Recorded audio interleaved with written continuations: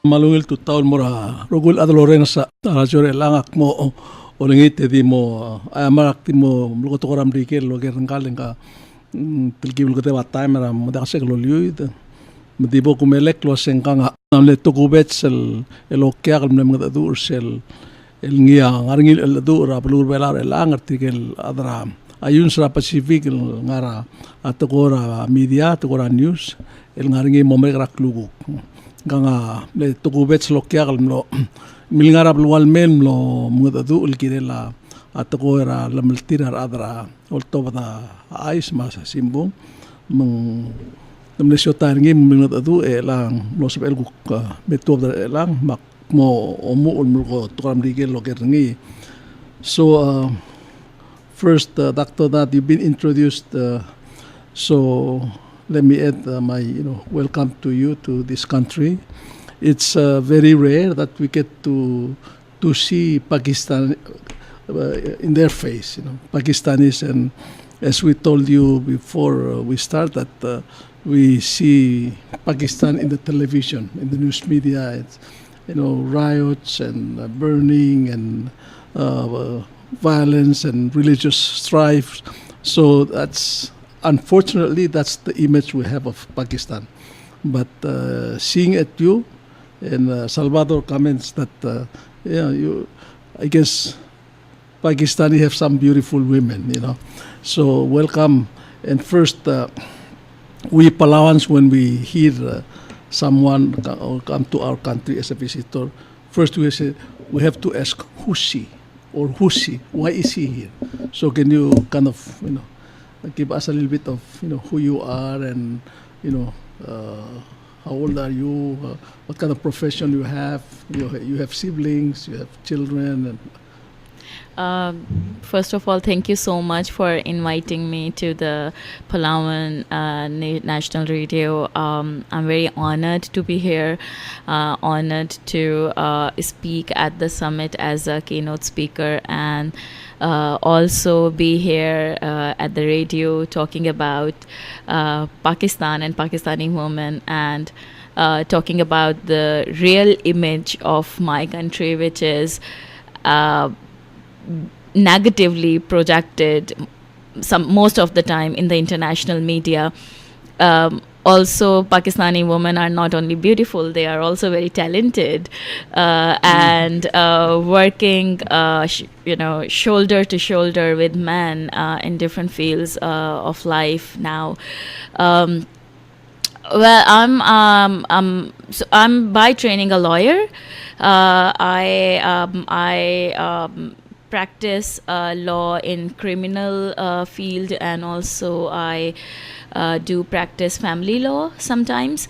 I'm a single mother, and I have one kid, a 9-year-old boy, and it was on my personal side, it was a long struggle to survive as a single mother in a society like Pakistan, where being a divorcee woman and being a single mother is a taboo, and still divorcee women are stigmatized. But then I feel that we need to challenge the stereotypes in the society, and I'm so glad that I did that, and I proved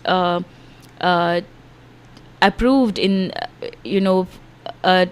before the young woman and the woman at large, that women who are single mothers, who are divorcees, who are surviving in a patriarchal society can also do something which actually which actually make the country proud. And I'm so glad that last year I made my nation proud while being nominated by the Time magazine as the next generation leader on my work on digital rights. I started working on digital rights in 2009, and I felt that a country with such a huge population, at the moment we have 300 million, more than 300 million population. It's if I'm not wrong, it's the 8th largest populated country in the world. and the usage of internet and mobile technology has been increased in recent few years.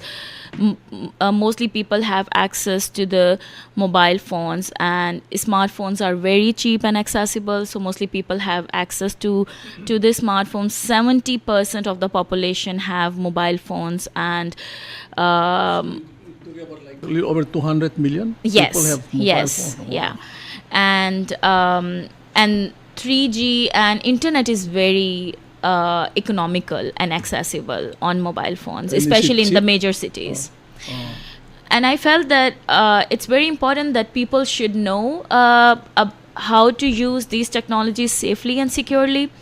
Also, to know about their rights in the online space. Recently, the civil liberties in the online spaces on internet has been discussed widely in the United Nations by the Special Rapporteur on freedom of expression and access to information, and also by the newly appointed Special Rapporteur on the right to privacy. And they have mentioned multiple times that the civil liberties in the online spaces should be the same as we enjoy civil liberties in the offline spaces. And it's very important in country like ours to make people understand and to educate them that if they are using online spaces, it's their right to use open, safe, accessible internet. And also to remind our governments that these are our civil liberties on internet, and these civil liberties or fundamental rights shouldn't be violated by the state and non-state actors. So that's why I founded Digital Rights Foundation in 2012, so that we can reach out to more and more people, educate them, train them, and also do research and policy work, and also work with the government to make them understand about the international standards. Well, how did you start it? How do you start the foundation of digital rights? Yeah. As I mentioned, it's really not that easy. Working as a woman in Pakistan, our struggle actually starts when we step out of our homes. It's a struggle on every step. It's a struggle when we travel in a public transport. There is a lot of harassment in the public spaces, and then it's a struggle in our workspaces, where there is a lot of challenges when it's also a male-dominated workplace. And you're a Muslim country, right? And we are a Muslim country. So men can have 3 or 4 wives and can divorce their wives at will? I mean, yes, men have those rights, but at the same time, I think things are changing when women like me are challenging these stereotypes, and also are becoming more aware of their legal rights as well. But yes, I mean, I felt when I was working as a lawyer, some of the women came to me, and that was back in 2009. My friends who were also working and using internet and mobile technology, and that time it wasn't it was a very new internet was a new thing, and social media like Facebook and Orkut, and these were the emerging social media networks among the Pakistani population or internet users. And it was still not acceptable that women can use internet or mobile phones. So mostly women who were working women, they were using internet or mobile phones at their workplaces. So some of my friends reached out to me and said that we use internet and Facebook and other social media networks, but we face harassment, and is there any legal recourse that we can get? So they came to me to get my legal advice, and I started looking into the legal recourse or legal remedy for these women, and I found that there is no legislation in Pakistan. There is no legal recourse that we can provide to them, to the victims of cyber harassment. What about your constitution, your national constitution? Does it provide for some basic rights like freedom of expression, freedom absolutely. of the press? Our constitution is very comprehensive. We have a full section on the fundamental rights. So Article 19 of Pakistani constitution actually provides the right to freedom of expression. Article 19A provides the right to access to information, and these are the rights which are which are again, there are lots of limitations to these rights as well. So for instance, the right to freedom of expression has exceptions that you cannot exercise your right when it is against Islam, against the state, when it is against the national forces. And is that specified in the Constitution or by law? Sorry?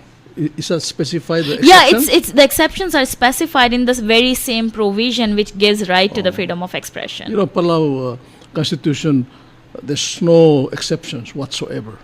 With our right of expression, right of freedom, or even our right to see government documents, our right to participate and attend government meetings.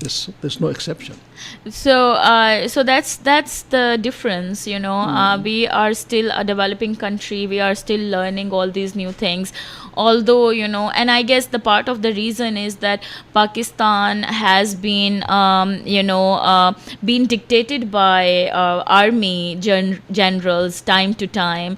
And the last government was the first government in the history of Pakistan which completed its 5 democratic years of tenure. So, yeah. And then you have, the country was under a military dictatorship. A kind of young officer, I saw him, admire the guy, he's very outspoken and all. But that ended, about 4 years ago? That ended actually in 2007. And you started your foundation about, you say 2012? I started my foundation in 2012, but I started working on internet governance in 2009. So when you started, what did you do? You get some of your friends together, or it was like-minded people. So we didn't have any money to start the organization, so we started working from our homes. So some young women from different parts of the country joined me as volunteers, and we worked through internet, and we really didn't get a chance to meet to each other or see each other in person. So that's how I started. But then I also felt that it's very important that we need some resources to do stuff, going to the colleges and universities, reaching out to people across Pakistan. And I felt that there is a need, going to the least developed and rural areas and talking to the women who face a lot of harassment, but at the same time, they don't know how to report this harassment, how to use internet safely or securely. So this was, and then we started looking for money, and now we are almost 9 people in the organization, and working on different projects, starting from privacy to digital security trainings, and talking about online harassment and providing safe online spaces to women or women journalists and vulnerable communities. So do you have clients or people who subscribe to your service, or who, Well, the kind of service that we are providing is actually free of cost. So we don't have clients, but we have audience, that our target audience who actually get benefited out of our work. So mostly young women and girls, also journalists, and when I talk about vulnerable communities, I mean to say minorities and LGBT community. And LGBT community is actually criminalized in Pakistan. So, yeah. Well, can you explain? Digital, communication is new to us, and internet is also new. And can you explain the kind of work? What? Can you give an example of, let's say, a right that you defend, or what? Can you explain? So in Pakistan, how we are defending our digital rights, I guess we need to look at what are our rights which are being violated in the online space. So government of Pakistan has been censoring and blocking different websites, and these websites are mostly related to pornography and blasphemy. So the websites that they feel is actually against Islam, or against or are under the pornography, they block these websites. But at the same time, there are multiple websites which are blocked, and these websites are those which criticize political figures or political parties, and it's very clear that some of the websites are actually blocking the freedom of expression when it comes to the political views and opinions. So that's where our activism comes in. Well, we don't understand. Because here we don't have... a question. She mentioned about digital right offline and online.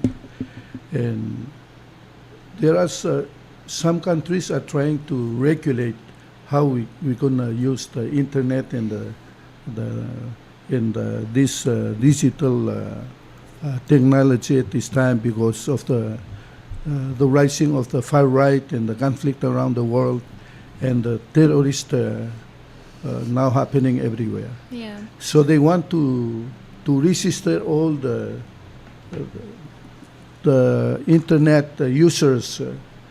And how do you expect the government to regulate and to make sure they provide the regulation that can provide the privacy of each individual?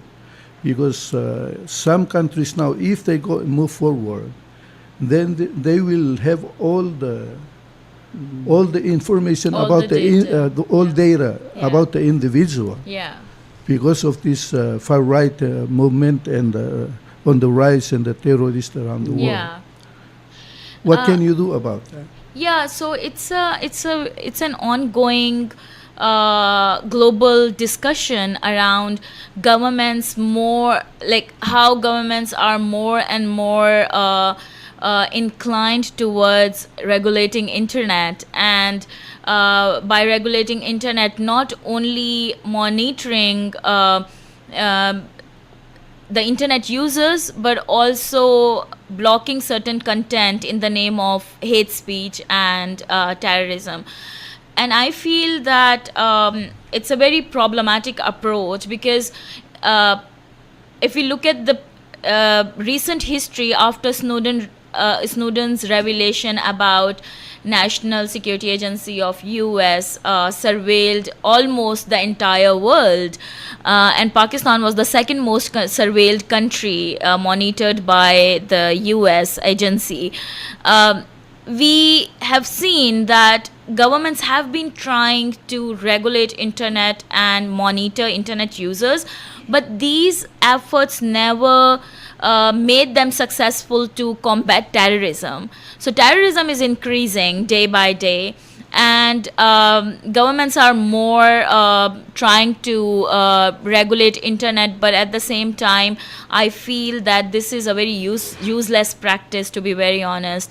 I mean, it's fine that I understand that governments want to secure their citizens, wants to make the country free from terrorism, but at the same time, I guess putting all their energies in regulating internet and technologies actually have no positive results. And we have seen from practices of NSA and GCHQ of UK and even in Pakistan, they couldn't stop terrorism through mass surveillance. So this is a very invalid excuse. So you're from Pakistan. Yeah. You're from the part of the world where many people believe that terrorism arises from that part of the world, and it's spreading around the world. Yeah. What are the solutions, or what answers do you have, or solutions that you are thinking that you can think of, thinking that can stop terrorism? I actually strongly believe that this stopping terrorism is a very long-term process, and the very first thing that governments need to put their energies on is to educate people and invest in education. And I feel that people who are illiterate, people who are poor, and people who have actually who have seen a lot of challenges and troubles in the childhood, they are more inclined towards, these jihadi madrasas, which is like jihadi schools, and where these extremists actually feed their mind that they can make their second world, which is the world after death, they can make it much more better. And also, the greed of money.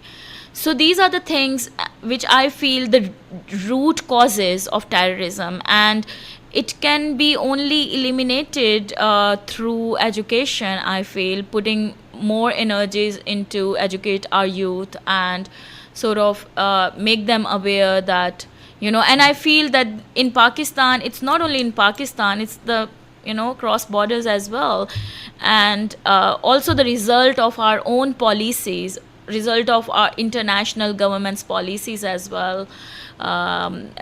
We can see that in Afghanistan, that how the war against Russia started back in 70s, and how US put a lot of energies into it, and how Pakistan provided jihadis to the Afghanistan. So it has very deep root evil, I would say. It's only in these recent years that we can see what really is going on in the Middle East and that part of the world. Yeah.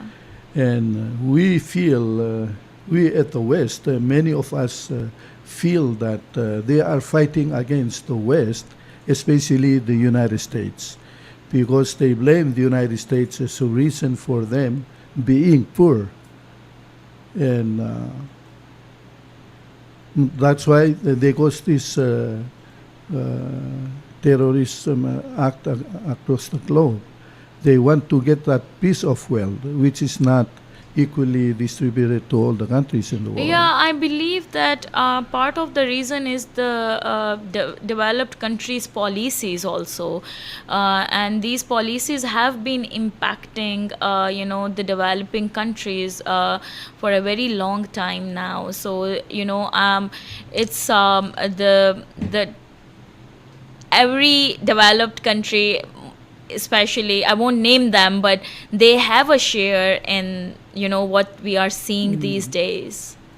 So you're saying then that the solution to prevention of terrorism is like getting rid of poverty or Yes. more social problems, Yeah. and now you're saying that the West, mainly Europe and US, are responsible for exploiting the rest of the world and causing poverty and social problems with No, other I'm countries? not saying that they are solely responsible for that. I have said that their policies were part of the problem. Yeah. So, but then we come to the question is, so how do you prevent terrorists or people who who are out to cause destruction of like you probably saw the TV yesterday in Brussels, in Belgium, from using internet and digital communication to export their violence and to cause havoc to the rest of the world, especially to innocent citizens, because they're definitely using them, this medium. So how do you see that for government and leaders and countries, organizations that want make sure that the world is safe and their people are safe, even from their own, I guess, citizens who decide to cause trouble, to use this technology? I mean, so how do you, Yeah, I totally, I totally understand what you are saying, and I would again say that regulating technology or regulating internet is not the solution to address the problem of terrorism. And I think there should be long-term policies around that. I'm not saying that internet or technology should be wide open. I'm just saying, I mean, there should be regulation over the violent activities, so that people don't see it. But then again, once you allow the government to regulate the internet or regulate the technology, they abuse these powers. And we have been witnessing in our past that you give them a little bit power and then they just start abusing these powers. We have been seeing this in our country. So I guess self-regulation is something that we need to talk more about it. And I think it should be the prerogative of the internet users, what they want to see and what they don't want to see. States shouldn't be our nanny. They shouldn't be they shouldn't behave as our parents. I mean, we the youth or the people who are using internet are quite sensible that what we want to see and what not. So it's our choice, not the state, what they want us to show. So I think I would again say that massive education, awareness raising, digital literacy is very important to aware people about these very problems. And by the way, how did this PINA, the Pacific Island News Association, how did they get to trace you or find you and invite you here and you agreed to here? I didn't know about PINA. I actually know IFEX, which is the organization and the network of different media organizations. So IFEX, I have done a little bit work with IFEX, and PINA got in touch with IFEX because they are their members. So they asked them that we are looking for a keynote speaker, and IFEX identified me and I guess someone else. And then PINA, contacted me and said if I would like to be a keynote speaker. And so how did you arrive in Palau? I mean, what route did you take to reach here? Okay, so it was a little bit long travel.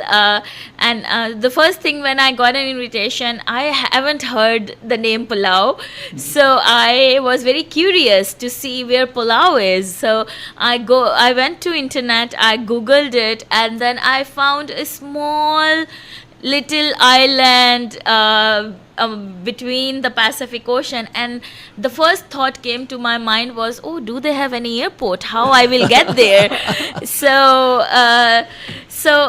And then I Googled more information. I found that yes, there is an airport in Karor. So I was like, all right, thankfully I won't be landing in the sea. So then I then decided to come here because I saw the pictures and those were amazing. The next best thing was that visa on arrival. So mostly Pakistanis, we have a green passport and it's a very problematic passport. So we everywhere we go, we have to get a visa. So when I asked about the visa, they said that you don't need a visa, you'll get on arrival. And I was like, wow, this is another country. There are very few countries where Pakistanis don't need a visa. So I was so happy and I was like, so many yes to go to Palau and explore this beautiful part of the world. And then your country now is still cold, right? I mean, it's the weather there.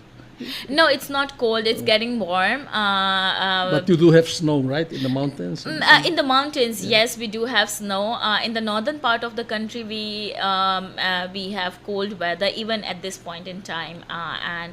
Yes, we do have snow, but I live in Lahore, and it's very far from sea level, and also not a mountainous region, so it's a land, but at the same time very green, agricultural land it is.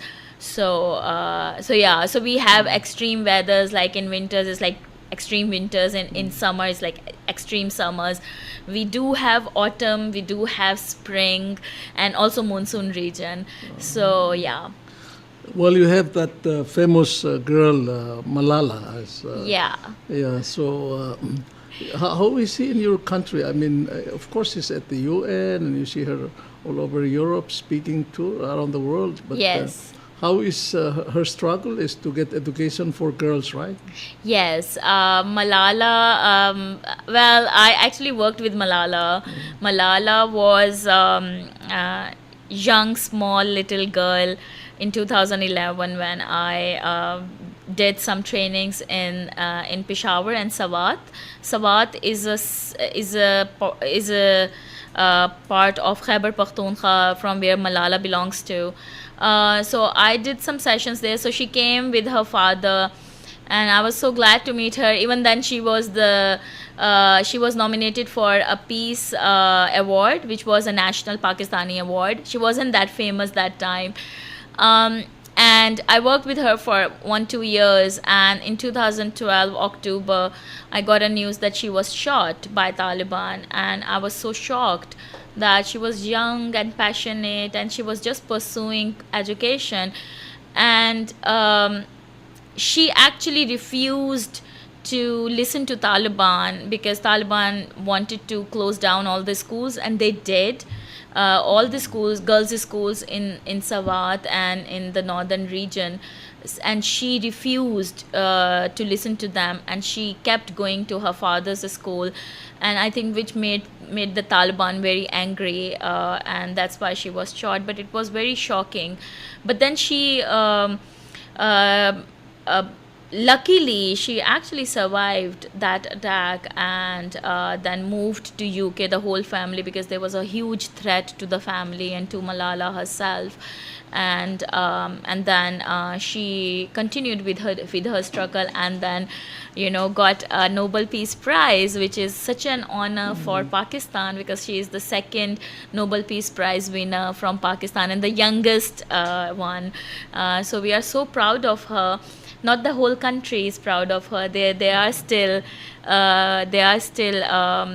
elements in our society which think that she was a CIA drama, or she was a CIA project, and she was a tool of Western countries.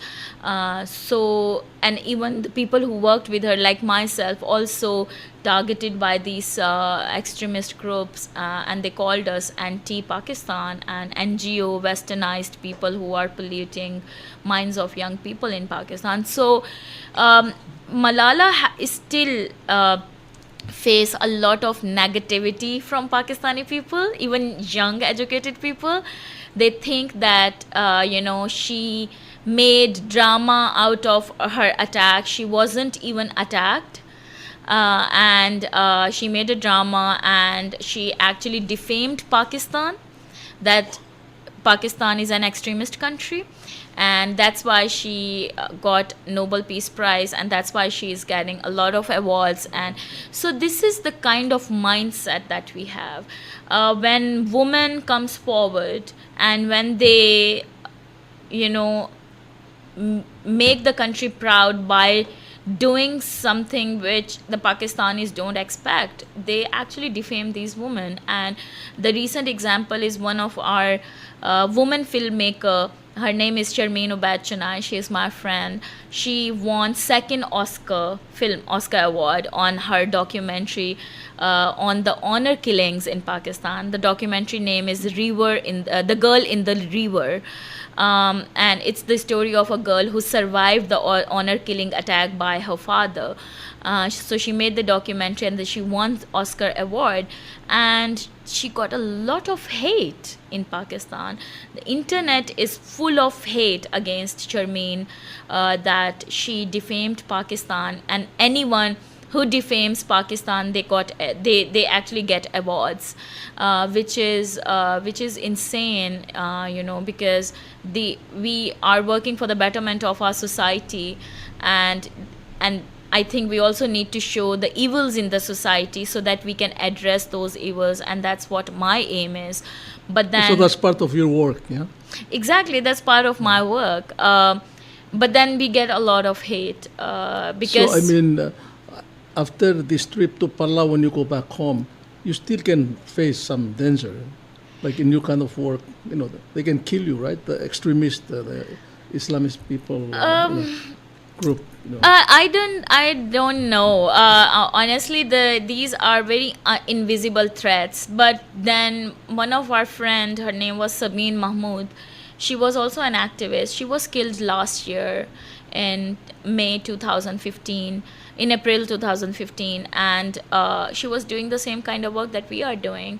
And the people who killed her were young, educated people, got a degree from a reputed university from Karachi, and he killed her because he thought that she is spreading Western ideology in our society. So, do they consider you as an activist in Pakistan? Sorry?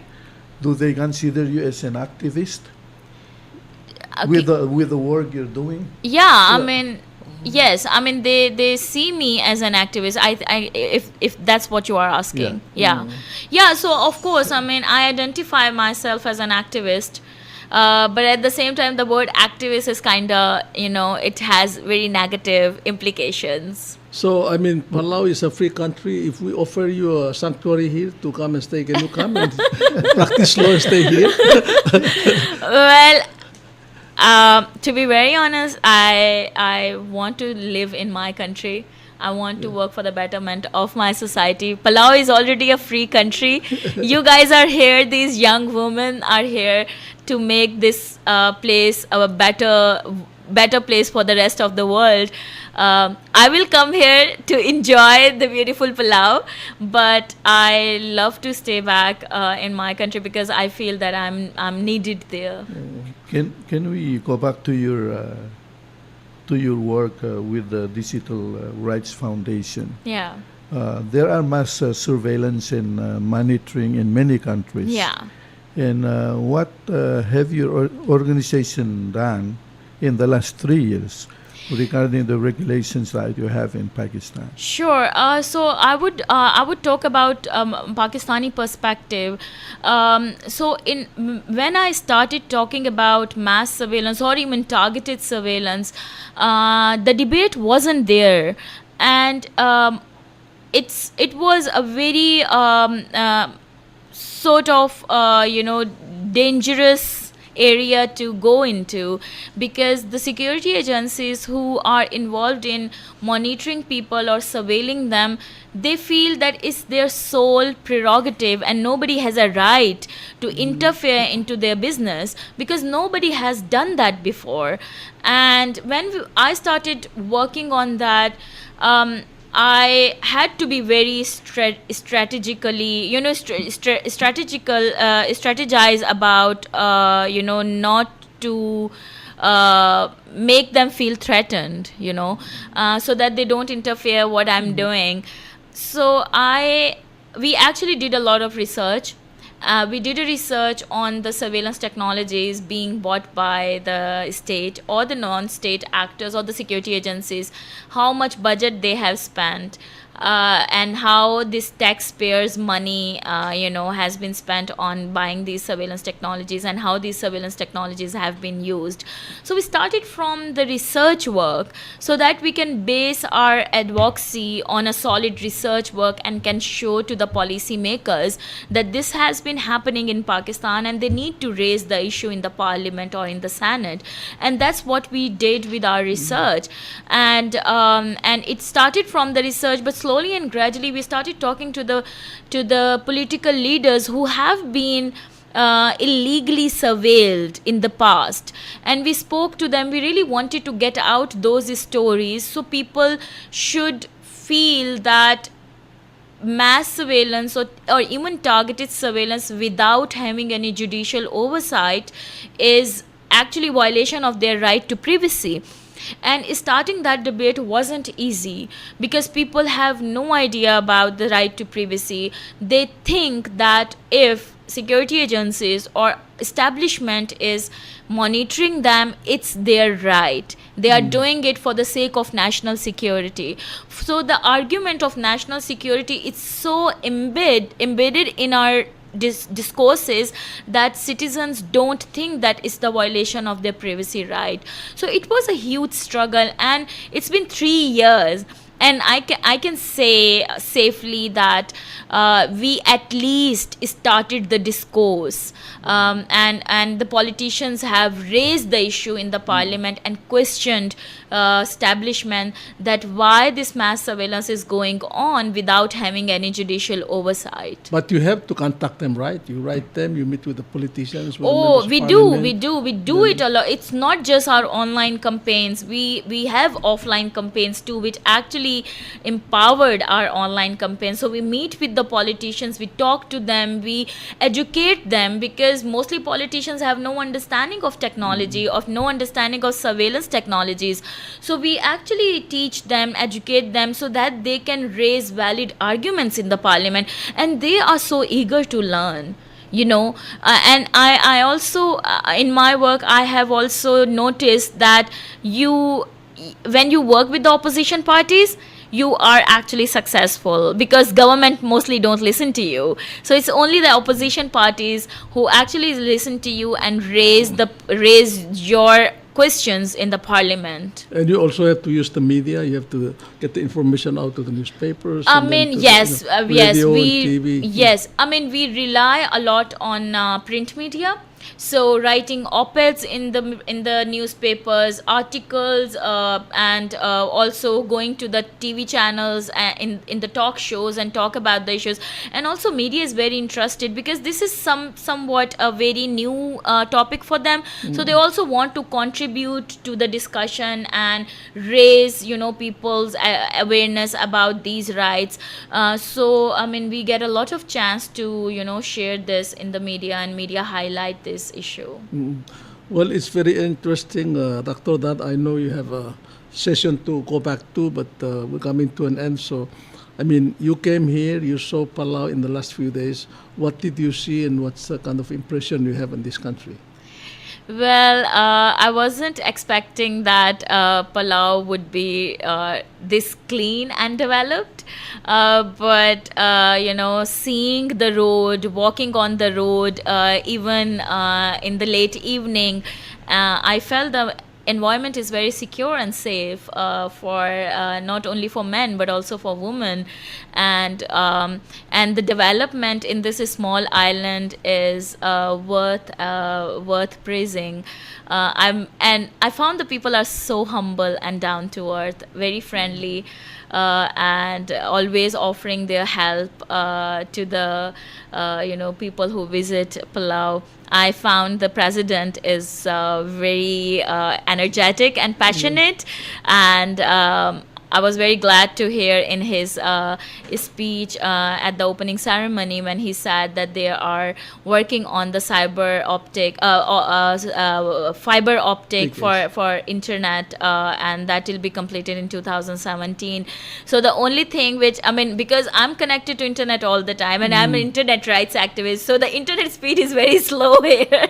Yeah, I know. And Yeah. by the way, the women in Palau, you should convey this message to the men in Pakistan that it's just a reverse here. It's a matriarchal society. Women controls. They rule the place. They appoint the traditional leaders. They control the money. They control land.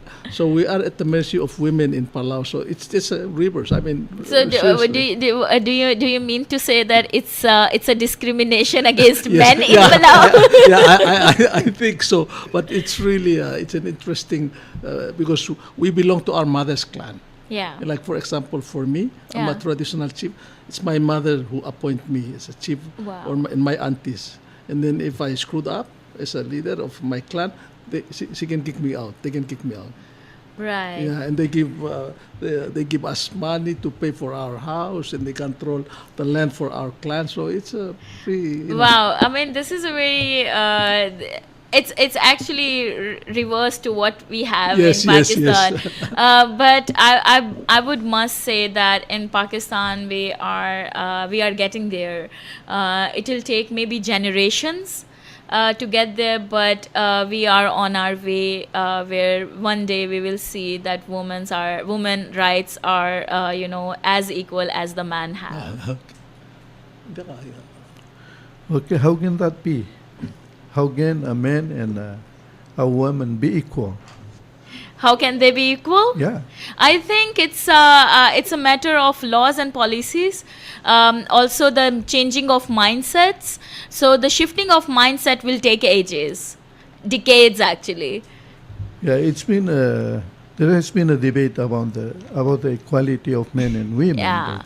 But I just don't know how they can be comparable, equitable as a man and a woman, because we have different roles. No, but then it's actually the stereotypes that we have made ourselves, that men can only be the breadwinner and women can only be the homemaker. So that's what we have in our society, and that's the image that we ourselves have created. Our older generations have created, and I think we can be equal when we will have the same safe space in the public as the men have.